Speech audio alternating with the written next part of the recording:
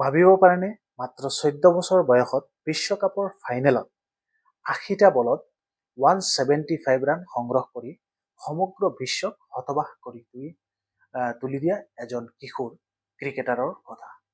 আজিৰ এই ভিডিঅ'টোত আমি আলোচনা কৰিবলৈ গৈ আছো ভাৰতৰ উদীয়মান তাৰকা বৈভৱ সূৰ্যবংশীৰ অবিশ্বাস্য যাত্ৰা, যিয়ে 2026 চনৰ ভাৰতক জয়ৰ শিখৰত উপনীত কৰাত মুখ্য ভূমিকা গ্ৰহণ কৰিছিল।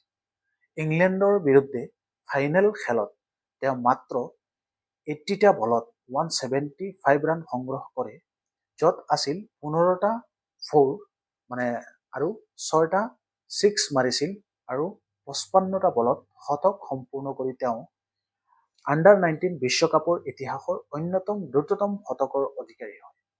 এই বিস্ফোৰক ইনিংছৰ বাবে তেওঁ ফাইনেলত প্লেয়াৰ অৱ দ্য মেচ আৰু সমগ্ৰ প্ৰতিযোগিতাত প্লেয়াৰ অৱ দ্য টুৰ্ণামেণ্ট সন্মান লাভ কৰে।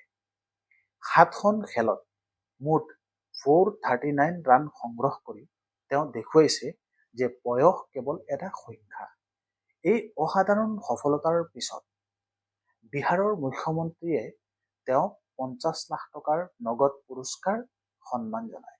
মুখ্যমন্ত্ৰীৰ বাসগৃহত আয়োজিত অনুষ্ঠানত উপস্থিত আছিল বিহাৰৰ উপমুখ্যমন্ত্ৰী আৰু ক্ৰীড়া মন্ত্ৰী।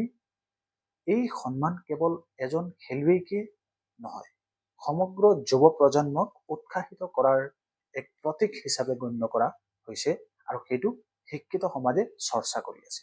ইয়াৰ উপৰিও অৰ্থাৎ BCCIয়ে ভাৰতীয় আণ্ডাৰ-19 দলক 7.50 কোটি টকাৰ পুৰস্কাৰ ঘোষণা কৰি যুৱ ক্ৰিকেটাৰৰ প্ৰতি নিজৰ আস্থা প্ৰকাশ কৰিছে। বৈভৱ সূৰ্যবংশীৰ যাত্ৰা ইয়াতেই শেষ হোৱা নাই। তেওঁ ইতিমধ্যে IPLৰ ইতিহাসত সৰ্বকনিষ্ঠ খেলুৱৈ হিচাপে নাম লিপিবদ্ধ কৰিছিল, যেতিয়া তেওঁ 1.1 কোটি টকাত চুক্তিবদ্ধ কৰা হয় IPLত, আৰু তেওঁক সৰ্বকনিষ্ঠ ডেবিউ কৰা হয় আৰু খেলুৱৈ সৰ্বকনিষ্ঠ শতক অৰ্জন কৰা খেলুৱৈ আৰু এজন ভাৰতীয় হিচাপে দ্ৰুততম IPL অৰ্ধশতক সংগ্ৰহ কৰা খেলুৱৈ হিচাপে ইতিহাসত তেওঁৰ নাম লিপিবদ্ধ হয়। আৰু ইয়াৰ লগতে U19 ODIত 1400 ৰানতকৈ অধিক সংগ্ৰহ কৰি বহু শতক, দ্ৰুততম টন ইউথ টেষ্ট আৰু ডমেষ্টিক লিষ্ট এ ক্ৰিকেটাৰতো বিস্ময়কৰ প্ৰদৰ্শন কৰি তেওঁ দেখুৱাইছে যে আগন্তুক দিনত তেওঁ ভাৰতীয় ক্ৰিকেটাৰৰ এজন ডাঙৰ তাৰকা হিচাপে আত্মপ্ৰকাশ কৰিব পাৰে। বন্ধুসকল, এই কাহিনীয়ে আমাক এটা গুৰুত্বপূৰ্ণ বাৰ্তা দিয়ে। সপোন ডাঙৰ হ'ব লাগে। পৰিশ্ৰম, সততা আৰু আত্মবিশ্বাস থাকিলে বয়স কেতিয়াও বাধা নহয়।